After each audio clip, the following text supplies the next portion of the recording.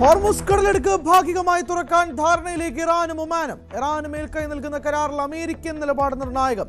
റഷ്യയും ചൈനയും ഒഴികെയുള്ള രാജ്യങ്ങളുടെ വാണിജ്യ കപ്പലുകൾക്ക് 7% ഫീസ് ഏർപ്പെടുത്തണമെന്ന് ഇറാൻ.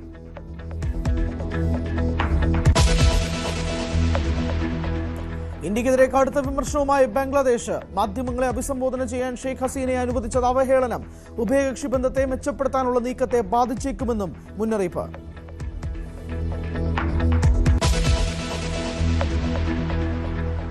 ആദ്യ ബഹിരാകാശ നടത്തിന് ഒരുങ്ങി അനിൽ മേനോൻ. ചരിത്ര ദൗത്യം ഇന്ത്യൻ സമയം വൈകുന്നേരം 6:05.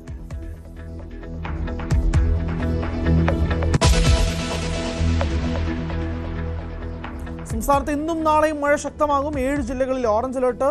അപ്പർ കുട്ടനാട്ടിൽ വെള്ളക്കെട്ട് രൂക്ഷം. മുതലപ്പുഴയിൽ കാണാതായ ഷിജിന് വേണ്ടിയുള്ള തെരച്ചിൽ 7ാം ദിവസം.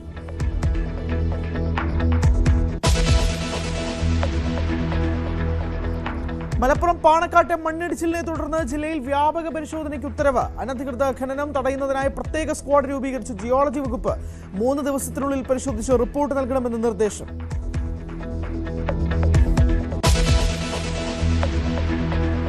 മംഗളൂരു ശ്രീനിവാസ കോളേജിൽ മലയാളി വിദ്യാർത്ഥികൾക്ക് നേരെയുണ്ടായ റാഗിങ്ങിൽ 5 പേർ അറസ്റ്റിൽ.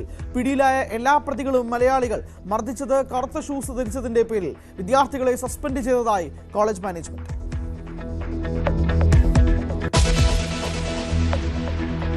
അഭിമന്യു വധക്കേസിൽ തുടർ വിചാരണ നടപടികളിലേക്ക് കോടതി. എറണാകുളം പ്രിൻസിപ്പൽ സെഷൻസ് കോടതി കേസ് ഇന്ന് പരിഗണിക്കും. വിചാരണ വേഗത്തിൽ പൂർത്തിയാക്കി 4 മാസത്തിനകം വിധി പറയണമെന്ന് ഹൈക്കോടതി.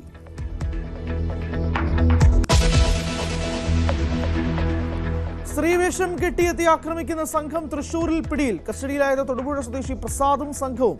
പ്രതികളുടെ വാഹനത്തിൽ നിന്നും ലഹരി വസ്തുക്കൾ പിടിച്ചെടുത്തു.